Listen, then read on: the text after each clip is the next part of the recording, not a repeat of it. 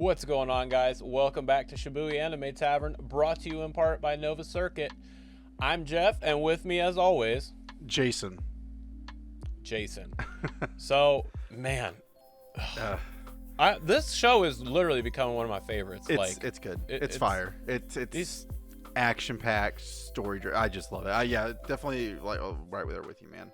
100%. The fucking action in this show, the last two episodes. I mean, really the whole thing, but these last two have been great. Dude, fight scenes, the battles itself, and even the switch in animation sometimes during the battle is just top tier, in my opinion. They've nailed it every time.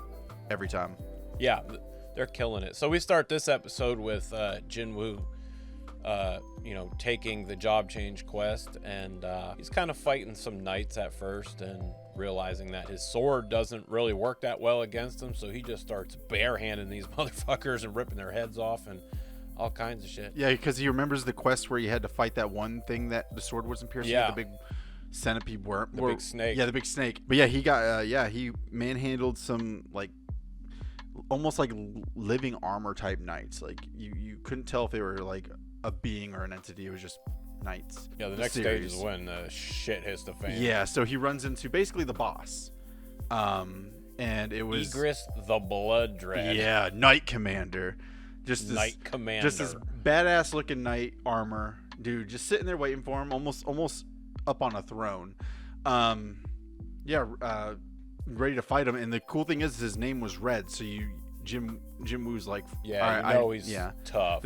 He's like, dude, this thing's got to be, A rank or even S rank. We don't know. So Jinwoo, same thing, realizes armor or weapons aren't going to pierce this thing. This thing's just as fast as he is, if not faster, and he realizes that this thing is way stronger. And then proceeds to get the absolute shit kicked out of him. The most badass part was Igris the Blood Dread was like, you drop your weapons, I'm gonna one up you and drop mine. And literally this boss it was sweet, man. Just drops his weapons. It's fine, we'll go fist to fist, and just manhandles the shit out of Jinwoo. Oh, and I was just it's so cool though, man. He just kicks the shit out of him, dude, throws him all around through walls and everything. Yeah, puts him really close to death, and it got to the point where Jinwoo had to use trickery and actually use a weepon to actually penetrate the knight. Dude, the animation style too, where it switched animations and at times, and it had that sketchbook type anime look to it. I was like, dude, you guys gotta stop. Y'all are getting me real hard right now, and I loved it. So my favorite part of this is when he's kicking the shit out of him, and he kicks him to the throne, and Jinwoo's just sitting on the throne about to literally die. He comes over, and then Jinwoo just has this epiphany. It's no, yeah, I'm not going out like this. Nope. It was kind of almost like I'm the fucking king now, sitting on the throne. And that's kind of when the battle turned. Kind of how it ends up. Yeah, that's kind of what happens. So yeah, Jinwoo won, but then there was a side quest that popped up. It was an optional thing, but it was just see how long you can survive. So we also get to see Jinho and his dad and his brother kind of sit down for dinner and stuff, and Jinho's brother is like, hey, I'm forming this guild, sit the fuck down, little brother, and was kind of shitting on him a little bit, and Jinho's kind of just no, I'm gonna do it in his head. Well, even talks about Jinho buying out all the C class gates. He knows what the hell's going on, right? And then the other thing we get to see is the Hunter Association president and a group that he forms with the S-rank girl in it. They're going back to the island where this shit happened from the first episode years ago. Yep. Yeah, things we saw in the first episode. So they're going back to take the island or got what they left behind, or we're not 100% sure what they're doing, but they're going back to the island. And some of these people weren't at the island originally, or if they were, they weren't on the island. One guy mentioned that he was commanding the outskirts, and so this is something new to them, so they don't they understand what they're headed towards is pretty crazy, but they have no idea what they're running into. But so Jinwoo's just kind of, he takes the quest, like you said, the basically survive as long as you can. Survive. Yep. Yeah, and he's fighting hundreds of these living armor. And they're nonstop. They just keep coming. And the thing is, it took away his healing abilities. He could still I think he could still draw weapons, but he couldn't heal. Well, the weapons don't even help him, so he's just throwing hands, and you see his knuckles they do a pretty good job of showing it, man. Yeah. And then you could tell oh shit, that would hurt. Yeah, it literally skin just tore off his knuckles. He's been just throwing hands. Pretty wicked. And they just keep coming. They aren't stopping. They're just continuous and continuous. Yeah, and then he kind of sees visions of the people who was telling him he was weak, and Mr. I forget his name, Mr. Kim. Yeah, I think. I believe so. He was trying to comfort him, and then he sees his E rank self, and he's like, oh well, this is all you're gonna amount to.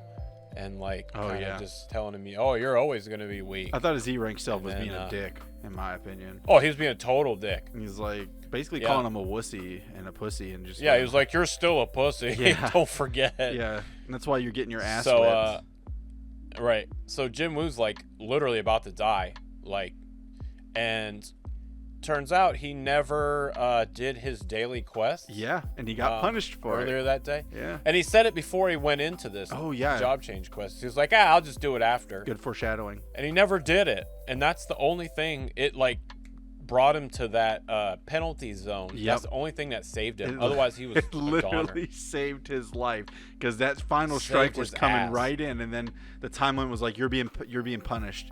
Boom, right to that desert zone. Where he had to basically fight. He gets there and drinks all the stamina potions and stuff. And he realizes when he levels up, he could heal. So he just takes out those, what are they, centipede type things? Yeah, something like that. Right. But fucks them all up. And he gains levels off of it as well. I think he gains levels. Yep.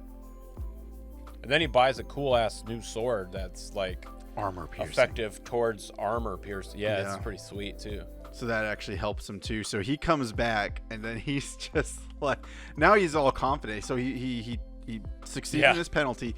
He comes back, and I don't know if I can't remember. I think he did. I think he dropped a one-liner, and he was just oh yeah, he says something behind them all. Shit, I don't remember what he says though. It was pretty witty though. But he starts, when he's destroying all these armor soldiers, he realizes, he's like, wait a minute, he's like, I'm not gaining any levels off of this. He's like, and then he finds out why. It's because the armor, these mages, which are practically like necromancers, these are just soldiers they're sending. Nothing's perfect to them. They're just soldiers. There's no amount to ability or anything. You're not going to gain any XP off killing these. Yeah, there's literally nothing. It's the mages you need to kill. So he figures this out, and he goes off on some mages. Just starts murdering all these of them. mages. He's doing countdowns. He's like, where's the third one at? Boom, kills them. And he does a countdown and finally kills all of them and ends all the soldiers, all that good stuff. And then this part confused me at first, but then it kind of made sense in the end. But he ended up finishing the quest, and it was cool, do you want to accept your class change?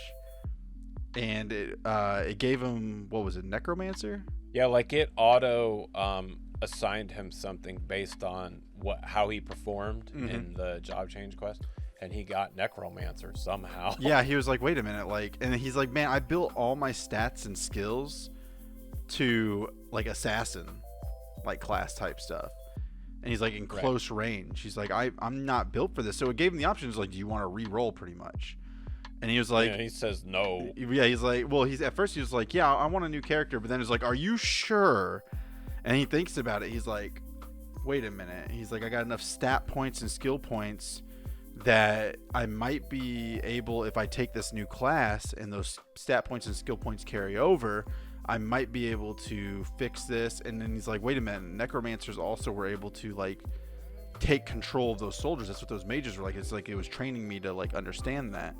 Yeah. So he's like, you know what? He's like, I'm gonna do it. He's like, and I could still be close range combat. He's like, I don't feel like I'm gonna lose my skill in that. So he was like, yeah, I'll accept the new class role. And he thought all the stats that he gained from leveling automatically ranked him up from necromancer to I forgot what it was. He immediately gets a different thing. It's called monarch's shit. I don't remember what it's called. Right. It's so he ends up getting that class and everything, and then you see all this like shadow dark energy like pour into him, and then it asks him to make a keyword to summon them, pretty much. You know, summon them, and he says arise, and he does it, and all these fucking knights come up like his own personal army, and he's able to raise things, whatever he killed. Yeah. As long as, you know, he's powerful enough, because he tries to raise Egress, and he fails. Yeah, you only get twice. 3 tries, by the way, too. Right. And the third time, he kind of like talks to him and is like, hey, I know you're waiting for your king, but come fight for me. I'll be your king. Basically. Yeah, he's like, your king's been long gone, dog. So. Right. And then he resurrects him, and it's pretty cool how he comes back too. He like stands up, and you see this big thing bulge out the back and just fly out the back. He's got this crazy cape. It's pretty cool. And it's cool because they all have a level to them as well. So like the regular knights that he was just capping off on, they were just like level 1s, and you can see it by their name. And he's like, oh cool, it tells me their level. Egress was like level 7, which means that's got to be high, because Egress was a badass character. So he can, and I guess he also has to, like, there's like certain like levels to things. So to get Egress, he actually had to sacrifice some of the soldiers to fit Egress into the part, like the group.